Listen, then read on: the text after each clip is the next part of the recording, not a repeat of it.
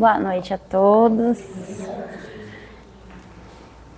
Gostaria de, como sempre, antes de começar a reflexão, agradecer por mais essa oportunidade de estar aqui de novo, buscando junto com todos a nossa melhora íntima, nossa evolução, né, nessa busca constante aí, diária da nossa vida.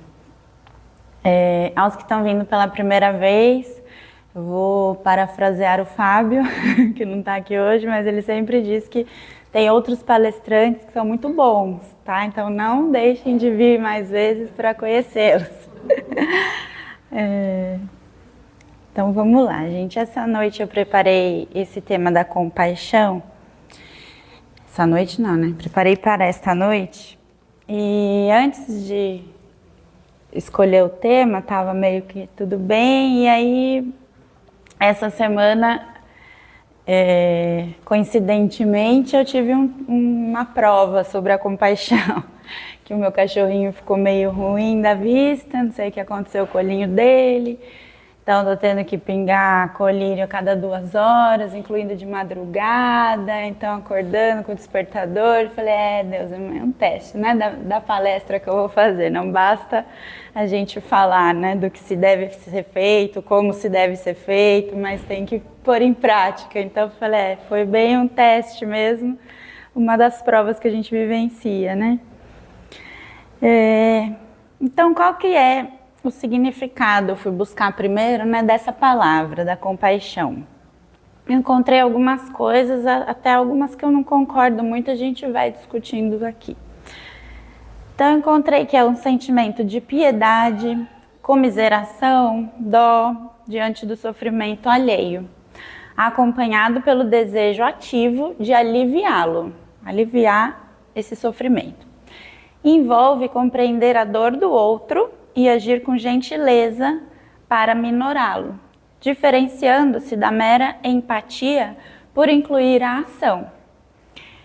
Então não é apenas sentir uma pena de alguém, mas engajar-se para ajudar, para melhorar essa situação de sofrimento do outro. Aí alguns sinônimos para compaixão eu encontrei novamente, né? Piedade, comiseração, dó, condolência, misericórdia, pesar, caridade, empatia, bondade. Então será que é tudo isso mesmo? Né? Eu tenho alguma coisa aí que não bate. Para mim, só concordo com algumas palavras. E os antônimos, né? Que não estão com paixão. É a indiferença, frieza, insensibilidade, impassibilidade. Será que a compaixão é o mesmo que a empatia? Então, estudei um pouquinho também sobre isso. E pela empatia, a gente entende que é quando a gente entende a dor do próximo, a gente compreende, né? Mas só que a compaixão, além de quase sentir a mesma dor, identificar, né, a dor do outro, tem o desejo de aliviá-la. Você quer fazer alguma coisa para tirar dessa situação, para melhorar. Então tem essa diferença. E em relação à caridade, né? Eu acho que são muito próximas, ali são irmãs, né? A compaixão e a caridade. Então, pesquisando a diferença de uma e de outra, eu entendi que a principal diferença é que a compaixão é mais o sentimento, você sentir a dor do outro, sentir na pele do outro. E a caridade é a ação, ou seja, o ato concreto de você ir lá e praticar a vivência do bem. Então a compaixão acaba despertando essa empatia profunda e motivando a caridade, que é a aplicação na prática desse amor sem esperar nada em troca. Então, resumidamente, o que eu consegui descobrir pesquisando é isso, que o real significado assim, da palavra compaixão é o sentimento mais a motivação. É sofrer com, identificar-se com a dor alheia e desejar confortar. Então é um sentimento ou uma motivação interna que surge quando a gente testemunha, vê algum sofrimento alheio. E ela gera uma conexão emocional ali com o próximo e acontece o reconhecimento da humanidade no outro. Então, isso eu achei muito bonito, né, dessa parte da compaixão, que ela ajuda a gente a reconhecer no outro a humanidade, que fazemos todos parte, né? E a caridade é a ação mais a virtude, é o amor fraterno em ação, na generosidade, no auxílio concreto, como essas atividades, por exemplo, que a gente faz aqui na casa. Então é uma virtude prática, é um auxílio físico, material, espiritual, emocional, né? Ajudar o próximo também dessa forma desinteressada, sem o egoísmo. Então, por exemplo, você vê alguém com fome, aí você sente uma compaixão, você sente aquela dor do outro. Aí você vai e doa um alimento. Então, esse é o ato da caridade para sanar a dor. Então, é como se a compaixão fosse a alma, né, interna, e a caridade, o corpo físico, né, do amor ao próximo. Então, voltando um pouquinho mais, na compaixão, a gente tem a palavra paixão, né? Então, fui também fuçar. Será que uma é derivada da outra, né? Como é que se formou aí essa palavra?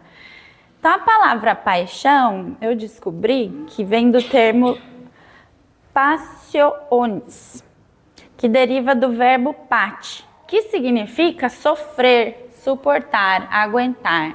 Então, não é aquela paixão que a gente pensa hoje em dia, né? Daquela coisa ardente, daquele impulso, né? É diferente, a origem dela veio dessa dor, do sofrimento. Então, inicialmente não estava ligado a esse amor intenso, mas sim a passividade diante da dor. E a evolução histórica desse significado, alguns exemplos, né? Então, na raiz indo-europeia vem de pá ou pei, que é relacionada à ideia de sofrimento, ferida. Então, sempre o sofrimento está envolvido, né?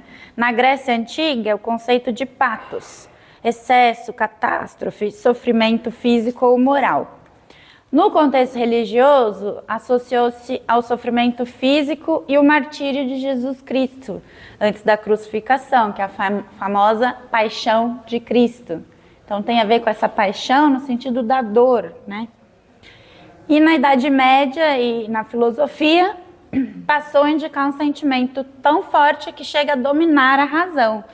Ou seja, aquele sentimento, o indivíduo se deixa dominar por ele e aí a razão fica para trás, né? Quando a gente está nervosa, irritada, que acaba falando coisas que não queria, é isso que acontece. A gente deixa esse sentimento tão forte, tão intenso, dominar a nossa razão e aí a gente acaba perdendo o controle, né? Fica passivo diante dos impulsos.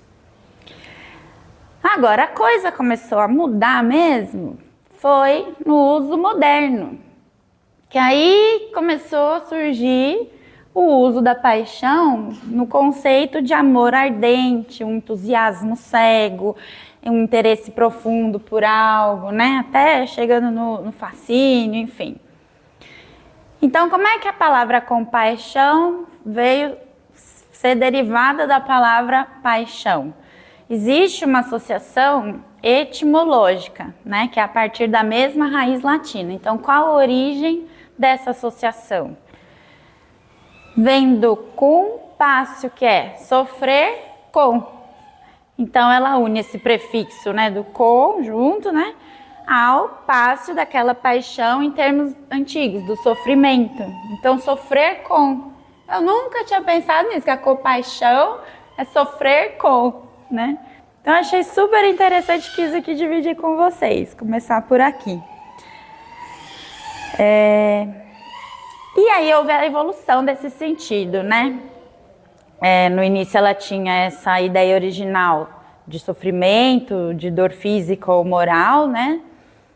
E então ela não é derivada desse sentido moderno da paixão, né? Do amor e da obsessão. E sim no sentido de suportar uma dor, né? Junto com alguém. Então é literalmente colocar-se no lugar de quem sofre e participar daquela paixão, que é a dor, junto com ela. Na filosofia, a compaixão foi amplamente debatida. Eu adoro essa parte filosófica, debater, né? Então, enquanto as paixões costumavam ser vistas como forças que nos cegam, a compaixão era tratada como a base da moralidade. Então, Schopenhauer, por exemplo, ele falava sobre a compaixão como a essência da moral, porque para ele o mundo era movido pelo sofrimento causado por desejos incessantes, que são as paixões. Então, o problema é que as paixões isolam o indivíduo no seu próprio egoísmo. Ele vai atrás daquilo que ele busca, né, cegamente. E aí, qual seria a solução para esse egoísmo? A compaixão, que seria capaz de quebrar essa barreira do ego. Então, ao sentir compaixão, ele dizia que você percebe que a dor do outro é igual à sua. E aí você sofre com o outro, superando esse egoísmo e destruindo as paixões individuais. Então, é essa identificação que gera aquela união que a gente falou da conexão humana. E Spinoza falava sobre 2 tipos de paixões, as paixões tristes e os afetos ativos. Então, a paixão como triste era, para ele, a compaixão era como uma paixão triste.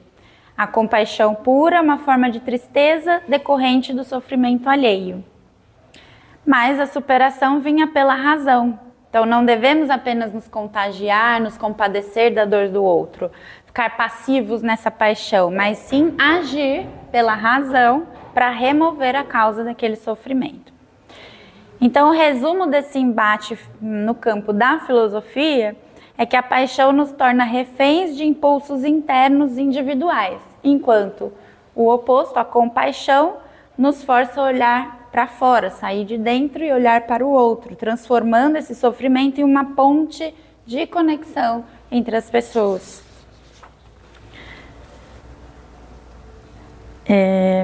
E qual que é a diferença, então, entre olha que legal essa parte. A diferença entre empatia e compaixão na neurociência. A neurociência moderna, utilizando ressonâncias magnéticas, vários testes, descobriu que a empatia e a compaixão ativam redes cerebrais diferentes aqui dentro do corpo físico, né, da mente. Então, a empatia é a ressonância de dor, ela ativa o córtex lá e significa espelhar a dor do outro. Então, se você vê alguém sofrendo, o seu cérebro espelha e sente as mesmas dores, acessa as mesmas áreas de dor que você está vendo no outro.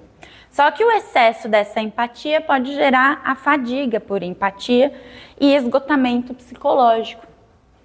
Agora, a compaixão é um outro circuito. É o circuito de recompensa e acalento. Então, ele ativa uma outra parte do cérebro que não é apenas de sentir a dor, mas o desejo de mudar, de ajudar. Então, gerando novamente esse sentimento de conexão com outras pessoas, e isso, ao contrário da fadiga, protege o indivíduo contra esse esgotamento. Então, a compaixão também, fisicamente, ela nos ajuda a não ter essa fadiga emocional, e sim, através da ajuda, da caridade, querer resolver aquele problema, ela nos protege desse esgotamento. Então, é interessantíssimo, né? Então, hoje em dia, tudo é estudado cada vez mais, né? Então é bacana quando a gente vê esse contexto, não vê só um pontinho ali da história, mas quando a gente consegue entender esse macro, né, do contexto, a gente enxerga o processo todo, né? E aí a gente vê que a compaixão não é apenas um sentimento que, eu senti e já passou, né? Que pena, tá, acabou o sentimento por ali. Não, ela causa uma série de consequências físicas também no nosso corpo, no campo físico.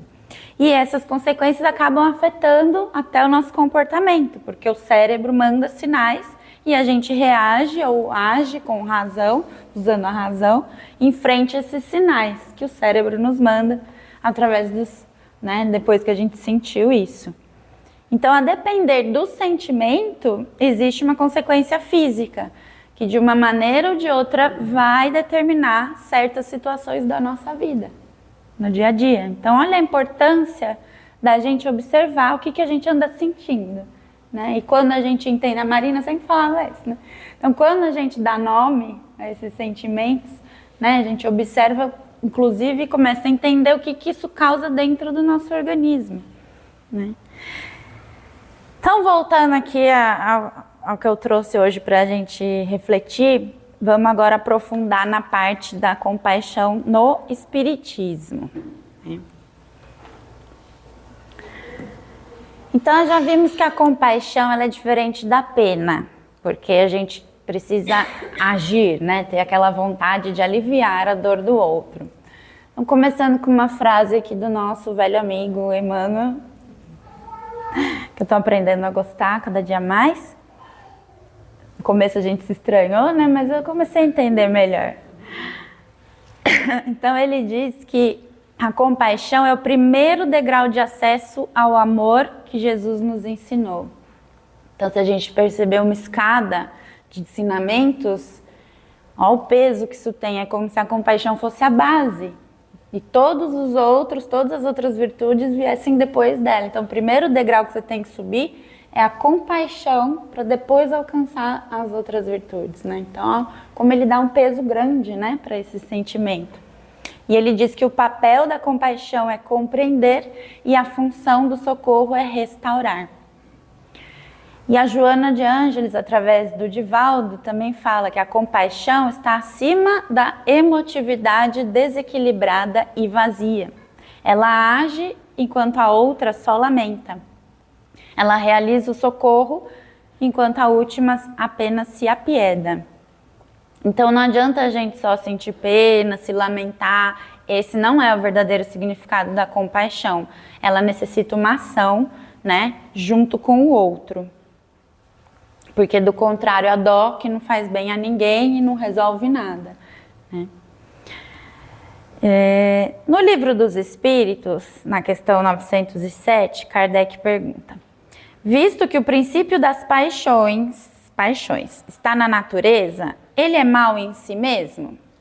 E aí respondem: não, a paixão está no excesso acrescentado à vontade, porque o princípio, né, da paixão foi dado ao homem para o bem. O princípio foi dado ao homem para o bem. E as paixões podem levá-los a grandes coisas, porque ela vai empurrar você, né, a procurar as coisas.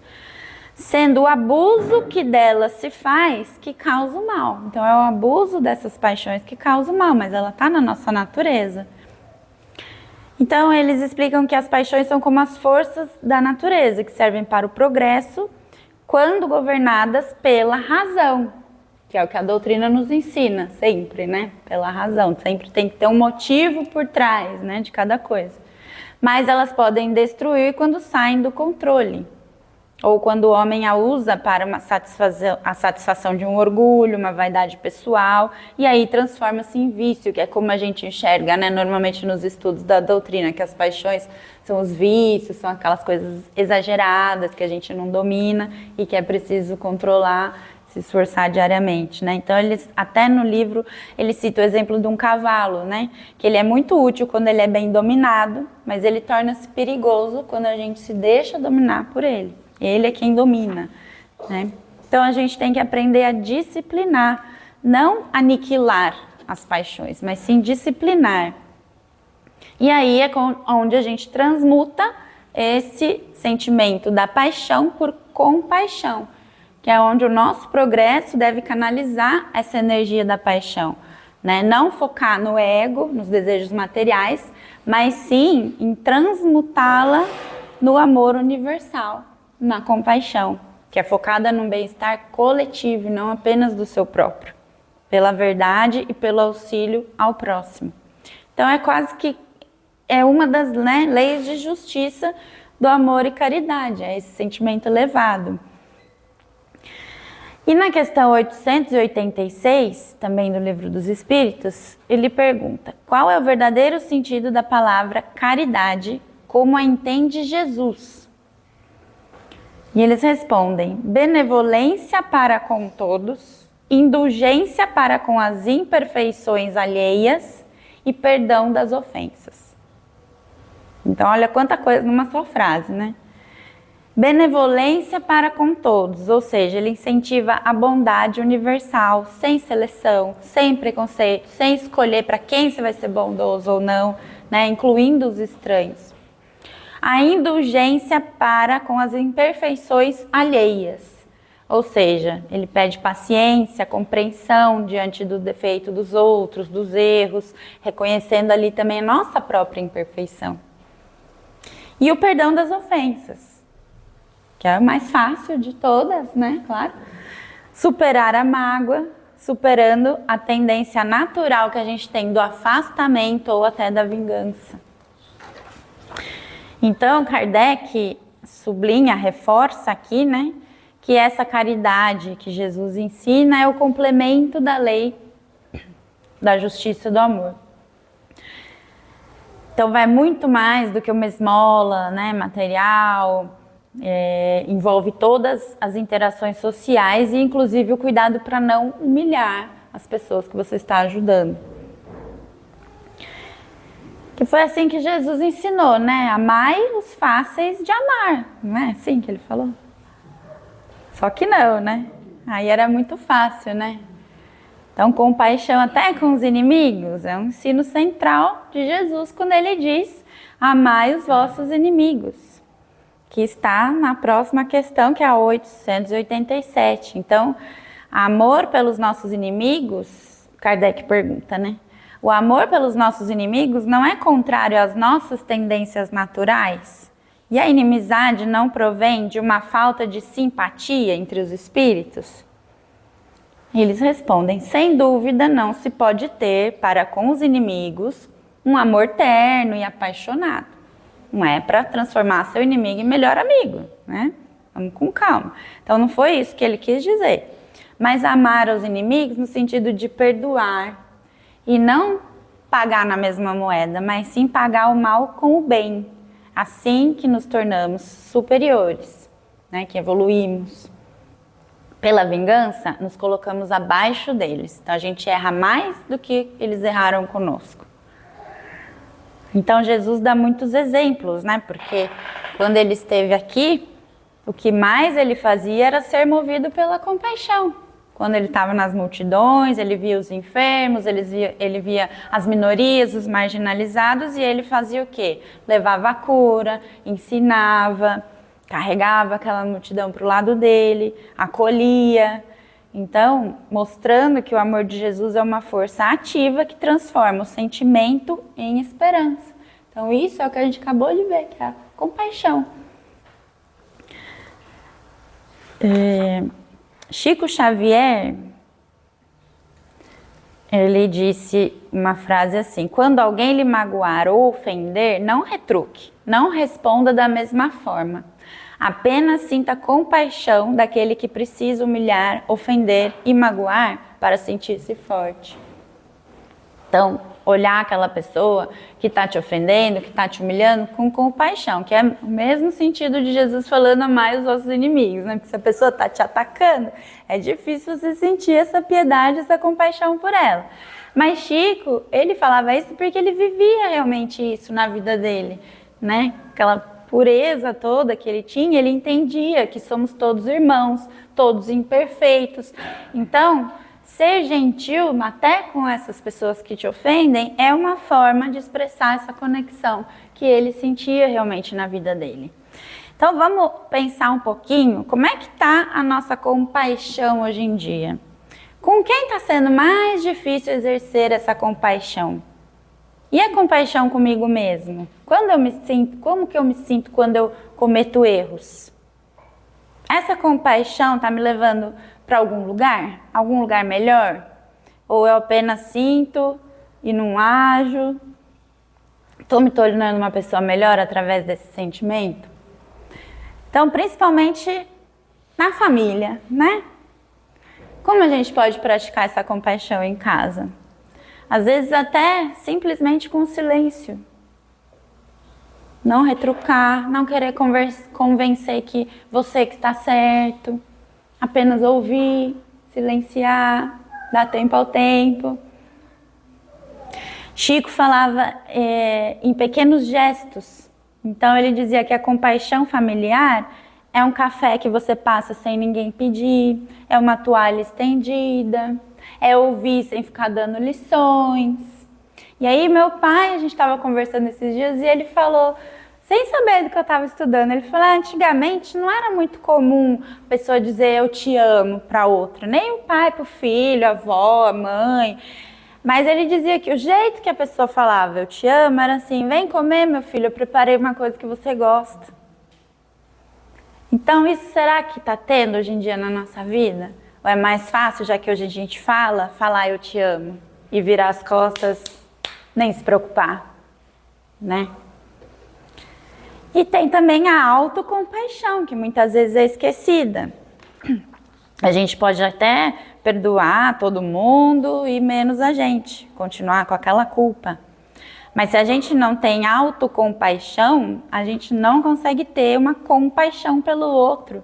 Porque é aquela velha história, a gente só dá o que a gente tem, né? Então, no livro Amor, Imbatível Amor, da Joana de Ângeles, ela até fala que a criatura que não se ama, que não se perdoa, não pode amar nem perdoar o seu próximo.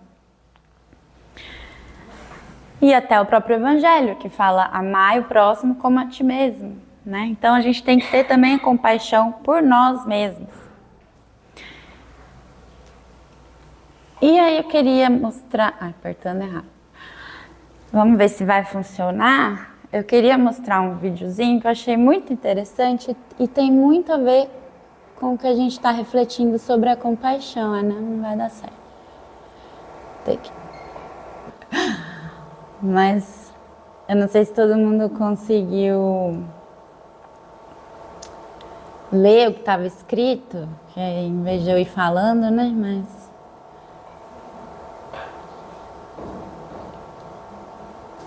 vou voltar aqui. Em relação às palavras, né, só uma curiosidade, mas eu trouxe o vídeo que eu achei muito bonito, a forma como essa tribo acolhe aquele que errou. Que normalmente a gente faz o oposto, né, se afasta, critica, aponta. E essa tribo faz uma coisa muito bonita, que ela pega aquela pessoa que cometeu algum erro, ofendeu alguém, e durante 2 dias eles vão lembrá-lo de tudo que ele já fez de bom, de todas as qualidades que ele tem, eles vão acolher ao invés de criticar. Então você imagina para aquela pessoa a importância que isso tem, né? E como ele vai pensar depois 2 vezes antes de errar de novo, no caso quando for de propósito, né? Porque ele vai falar, olha o que essas pessoas fizeram por mim, né? Olha o reconhecimento que eu tive, então como é que eu vou fazer mal, vou errar com elas, vou humilhar, ofender, se elas me trataram assim desse jeito, né?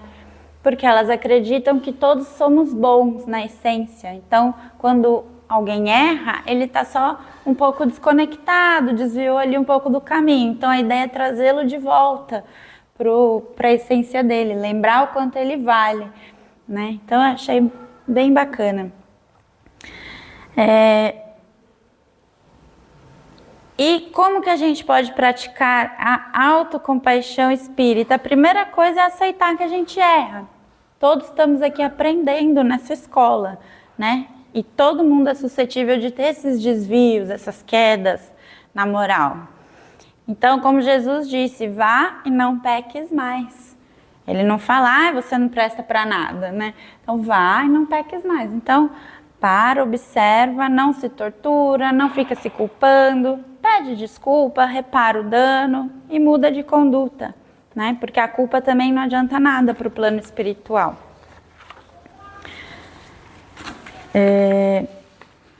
E uma última coisa, estou quase acabando, tá? Uma última coisinha que eu vi um vídeo esses dias falando sobre o amor. E então a pessoa perguntava pro avô como é que eles eram, ele e a avó, há tanto tempo casados, né? E como é que mantinha esse amor por tanto tempo, né? Anos e anos. E aí o avô respondeu para ela que é porque o segredo é que ele entendia que ele tinha que se apaixonar pela esposa a cada dia. Que a gente não tem que esperar que ela continue sendo aquela pessoa com quem a gente se casou, porque ela vai mudando. Então, a cada dia, Ele tinha que se apaixonar por aquela pessoa que estava do lado dele naquele momento.